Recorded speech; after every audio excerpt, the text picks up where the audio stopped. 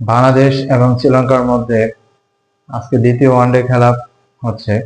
বাংলাদেশ টসে জিতে ব্যাটিং নিয়েছিল এবং সেই ব্যাটিং এ বাংলাদেশ মোটামুটি 248 রান করে অল আউট হয়ে গেছে, যেখানে 200 রানের আগে 8 উইকেট পড়ে গেছিল। সেখান থেকে তানজিম হাসান সাকিব এবং লাস্টের দুই ব্যাটসম্যান বাংলাদেশকে খেলিয়ে নিয়ে একটা চেজবল এবং একটা ফাইট করার মতো স্কোর করেছিল 248।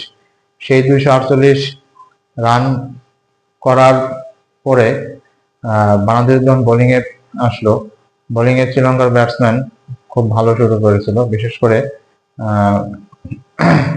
মেন্ডিস 20 বলে তো হাফ সেঞ্চুরি করে ফেলেছিল এবং সেই ক্ষেত্রে বাংলাদেশের দর্শকদের উপর অনেক ভয় ঢুকে গিয়েছিল যে শ্রীলঙ্কা মনে হয় খুব সহজে এবং অতি সত্বর এই খেলাটা জিতে যাবে এবং বাংলাদেশ আজকেও হেরে যাবে। কিন্তু মাঝের ওভারের পরে বিশেষ করে তানভীর ইসলাম, আরো অন্যান্য স্পিন বোলার শামীম হোসেন পাটোয়ারি, তারা বল করতে এসে শ্রীলঙ্কার ব্যাটসম্যানদের উপর চেপে ধরে এবং তারা সেভাবে রানও করতে পারে না এবং নিয়মিত উইকেট বিরতিতে উইকেট দিয়ে আসে। এখন খেলার অবস্থা খুবই ভালো এবং শ্রীলঙ্কার 8 উইকেট চলে গিয়েছে।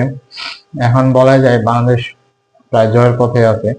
বিশেষ করে তানভীর ইসলামের কথা বলতেই না, কারণ তানভীর ইসলামকে অনেকেই অনেকদিন ধরে ভালো খেলতে দেয় না, তাকে দলের সুযোগ দেওয়া হতো। কিন্তু আজকে শ্রীলঙ্কার সাথে তিনি যেভাবে খেলা দেখালেন এবং শ্রীলঙ্কার উইকেট নিলেন, সেটা বাংলাদেশ দলের জয়ের ক্ষেত্রে অনেক সহযোগিতা করতেছে। এখন 8 উইকেট যাওয়ার পরে আপনারা দেখেন টিভিতে খেলা চলছে, টিভির খেলার সামনেই আমি এই কন্টেন্টটা বানানোর চেষ্টা করেছি এবং দেখা যাচ্ছে এখন তানজিম হাসান সাকিব বল করতে আসছে এবং আশা করা যায় আর কিছুক্ষণের মধ্যেই বাংলাদেশ জয়ের লক্ষ্যে পৌঁছে যেতে পারে। কারণ এই এখন শ্রীলঙ্কার যে দুই ব্যাটসম্যান আছে তারা টেলেন্ডার বলতে গেলে এবং এই বলাররা হয়তো কিছুক্ষণ টিকবে এবং বাংলাদেশ আজকে যেভাবে এই খেললো, এই খেলাটা এরকম একটা জয় বাংলাদেশের জন্য খুব দরকার ছিল। কারণ আপনারা জানেন বাংলাদেশ অনেকদিন ধরেই ঠিকমতো খেলতে পারতেছে না, ঠিকমতো। বিশেষ করে বাংলাদেশ ক্রিকেটে অনেক বিতর্ক চলে গেছে, অনেক কিছু হয়ে গেছে ক্রিকেটের ভিতরে, ক্রিকেটের বাইরে। এটা নিয়ে বাংলাদেশ দলের মধ্যে অনেক নাখুশ ছিল, অনেক সমস্যা ছিল।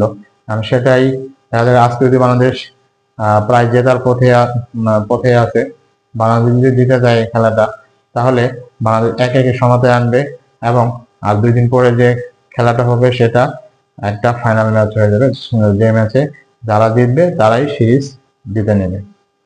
ধন্যবাদ সবাইকে, ভালো থাকবেন।